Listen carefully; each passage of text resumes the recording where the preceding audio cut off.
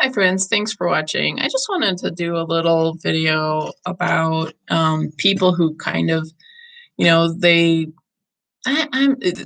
people are who feel guilty, so they're trying to do nice things, so they can tell somebody that they're doing nice things, and so they'll tell you about a book they read or a movie they watched, but they don't know anybody who's very poor, or they don't know anybody who's black, or you know um whatever, Indian or something like.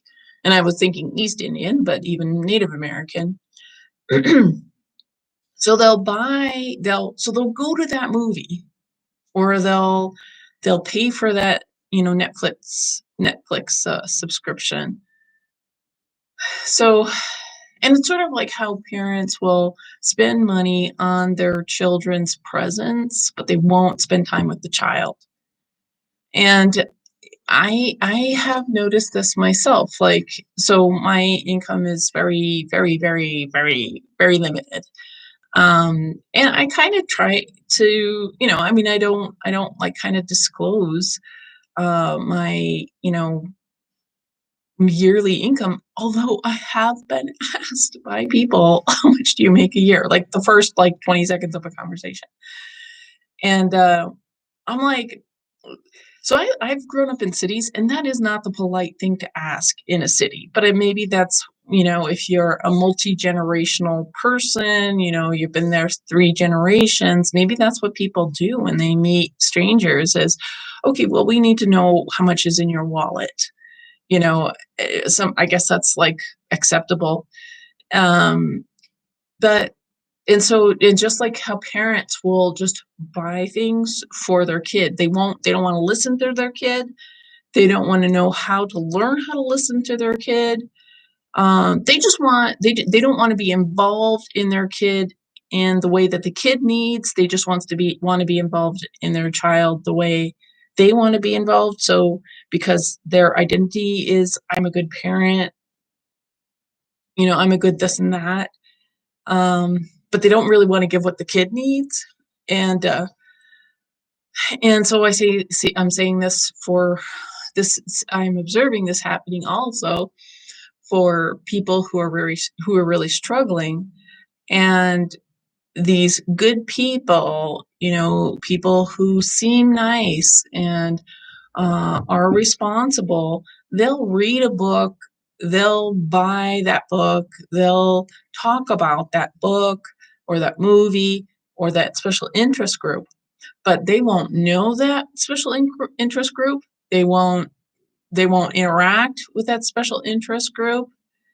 And if they do interact with that special interest group has an obligation, an unspoken obligation, to do the best customer service for this privileged person who's willing to interact with them. Like, that's what I find is like, uh because of my lack of leverage financially and culturally or whatever. uh so when I am interacting with somebody who comes from a lot of privilege, like, I'm supposed to be quiet about what I think about this, that, and the other thing, particularly if it doesn't coincide with theirs. And so, it's a really dehumanizing experience, and that's why I don't want to talk about money. Because then I don't know, like, then there's just this weird dynamic develops. Um, so, anyways, so if you are one of these people who really wants to help, um, you know, instead of spending that $30 on that book, instead of spending that $50 going to the movie, taking your spouse to the movie or your child to the movie, instead of spending all that money and watching all these, spending all this money on the video, on the movie, blah blah blah, or even on an organization, because those organizations are just like money laundering things. Like it is known that these large nonprofits are just money laundering. They just take your money and they give it to the CEOs who are making what, 300,000, $1 million a year. So if you really want to help somebody directly. And if you never want to see that person again, then just give some money to somebody that you think, give them, send a money order to a family that you see that looks like they need it and they're not going to spend buy meth with it or something like that. Or get involved so that there is like a low cost grocery store or something.